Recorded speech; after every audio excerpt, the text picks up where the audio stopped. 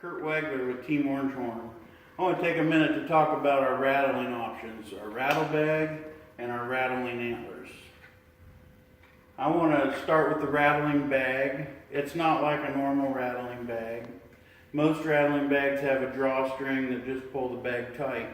Our sticks are sewn in the bag permanently, and it's more of a tactical type bag where it has a clip that allows you to put it around tree branches, in your tree, while you're hunting, around the frame of a ground blind, between the fabric and the frame poles to hang it so it's within reach. It works on belt clips, belt loops.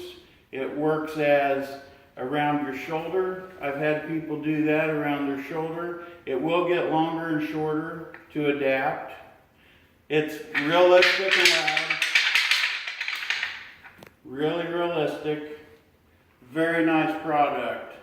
You can go to teamorangehorn.com for this product or one of your local retailers. We have a lot of retail stores picking up these products. And we also have our Rattling Antlers.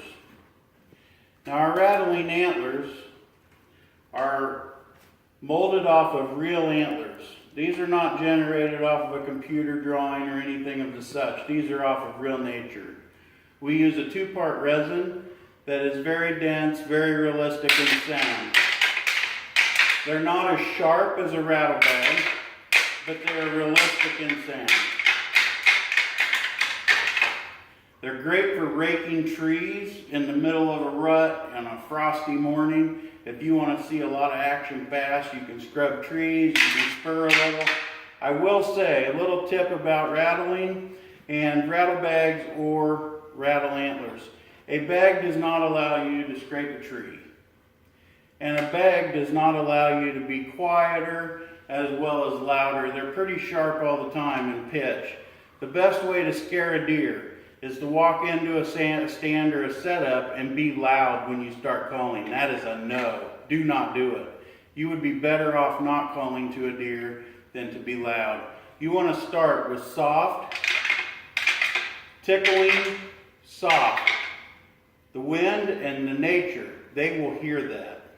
And if you have any close deer, instead of scaring them away, you'll grab their attention and bring them closer.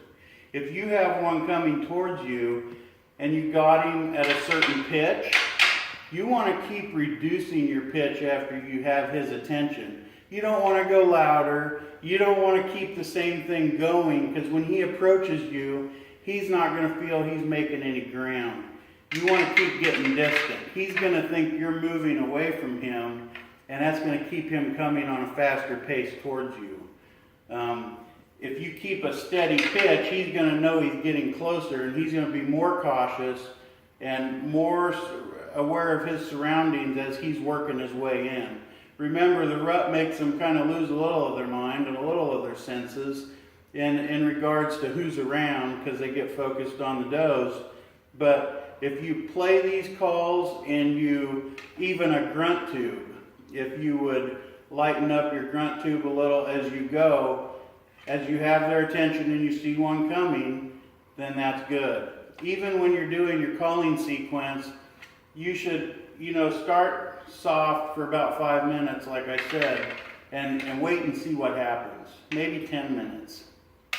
Things don't happen that fast in the hunting world all the time, and you have to get their attention and let them get their things done and work their way towards you. They're like a little puppy. You have to first get their attention, and then it sometimes takes them a little bit to wander your way, but they will come. So you kind of want to relate that to nature. Soft at the beginning, never loud usually at all, have I ever had to be. We live in Iowa, southeast Iowa, where our factory is, and this is a very effective tool in deer country. I will have a video up shortly on our deer grunt tube, which allows you to pop and do other things, and I will have a feature on that in our digital catalog. You'll see it under the grunt tube page, or on our YouTube page. You'll find it, or on our website at teamorangehorn.com, or your local retail store. We encourage you to go there and ask your retail stores to carry these products. They have been around since 2003, and we're not going anywhere. We're trying to train hunters and train kids and teach them about the outdoors and how to effectively use our products. Stay tuned, there will be a lot more to come on how-tos. Thanks again for your time.